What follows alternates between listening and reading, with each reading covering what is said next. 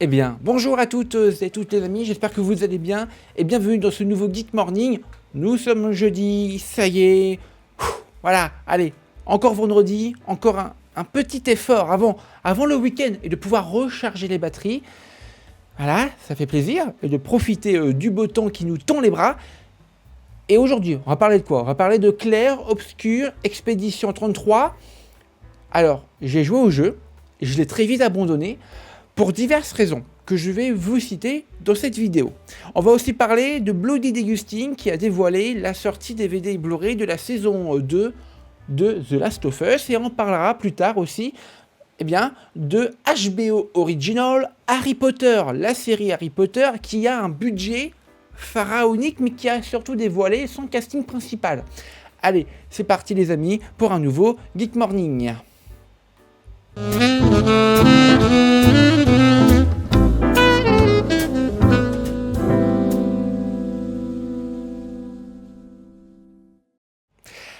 Allez les amis, on commence bien directement avec la première news de ce Geek Morning et aussi un petit carton rouge à l'équipe derrière ce jeu vidéo. Mais alors attention, un carton rouge gentil, vraiment, juste même j'ai envie de vous dire, c'est même pas un carton rouge, c'est juste un avis de joueur. On va parler de Clair Obscur Expédition 33 qui cartonne, un jeu cocorico qui est français, d'une équipe 100% française.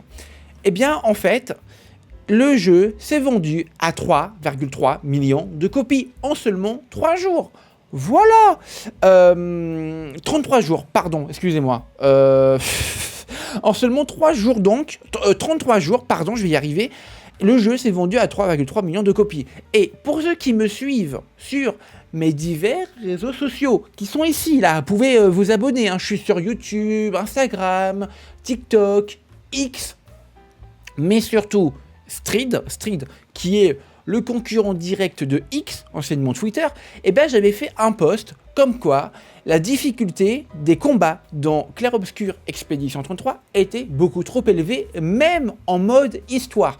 Le mode histoire, généralement, pour les jeux vidéo, c'est t'arrives pas à tel ou tel élément, et bah le jeu te simplifie la vie en te demandant si tu le souhaites, d'une manière totalement non obligatoire. Voilà, hein, ça ne ruine en rien votre partie de jeu.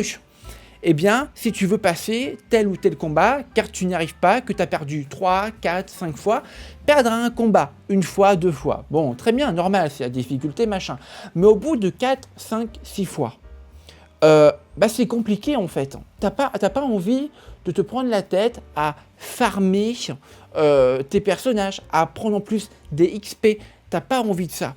Et d'ailleurs, truc vraiment minable dans Clair Obscur Expédition 33, c'est que quand j'arrivais dans une nouvelle zone, il y avait des mini-boss que je faisais relativement rapidement et simplement. Voilà.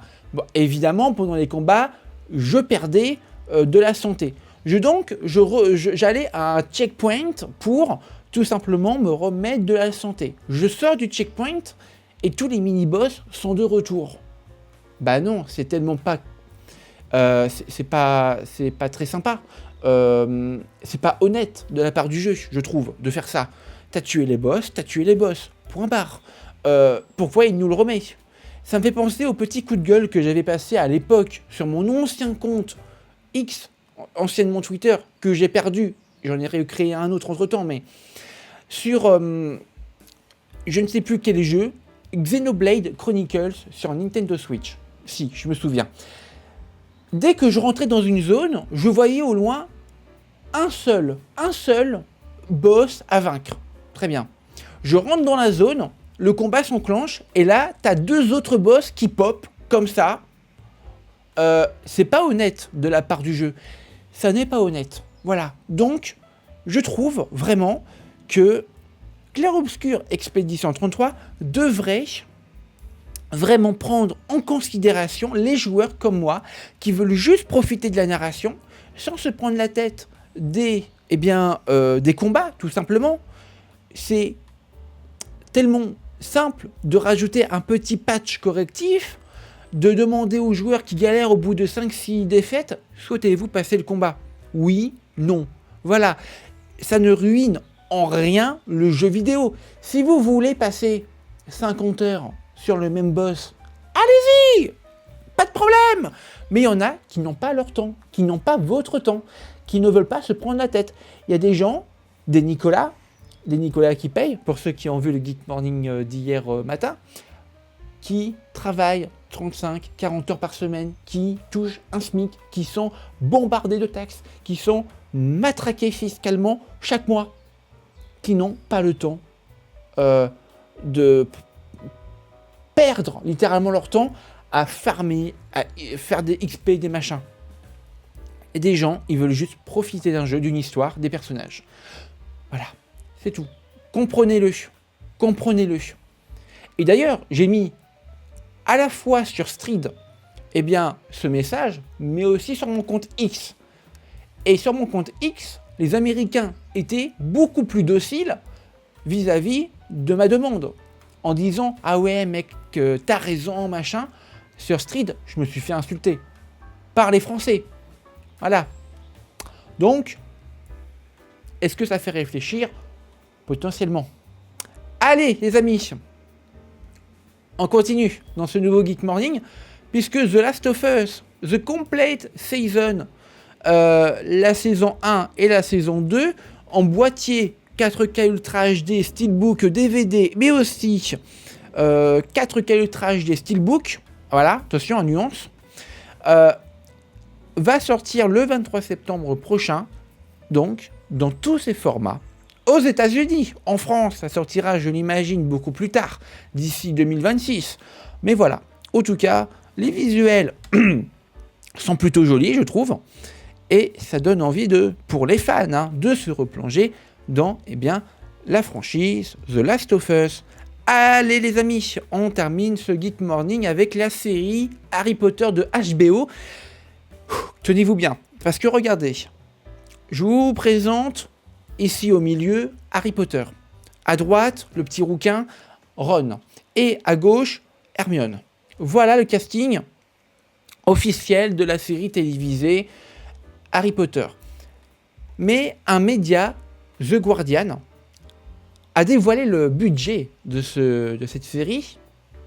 1 milliard de livres sterling. 1 milliard. Est-ce que vous vous rendez compte du budget de dingue pour cette série qui, si tout se passe bien, devrait faire au moins 6 ou 7 saisons. 1 milliard de livres sterling pour le budget de cette série. Enfin, c'est faramineux, c'est waouh. Donc, vous me direz, les amis, ce que vous pensez de ce casting que je trouve, ma foi, plutôt bien, voilà, par rapport à l'image des acteurs originaux. Franchement, c'est plutôt pas mal. Voilà, les amis, c'est la fin de ce Geek Morning. Allez, ciao tout le monde.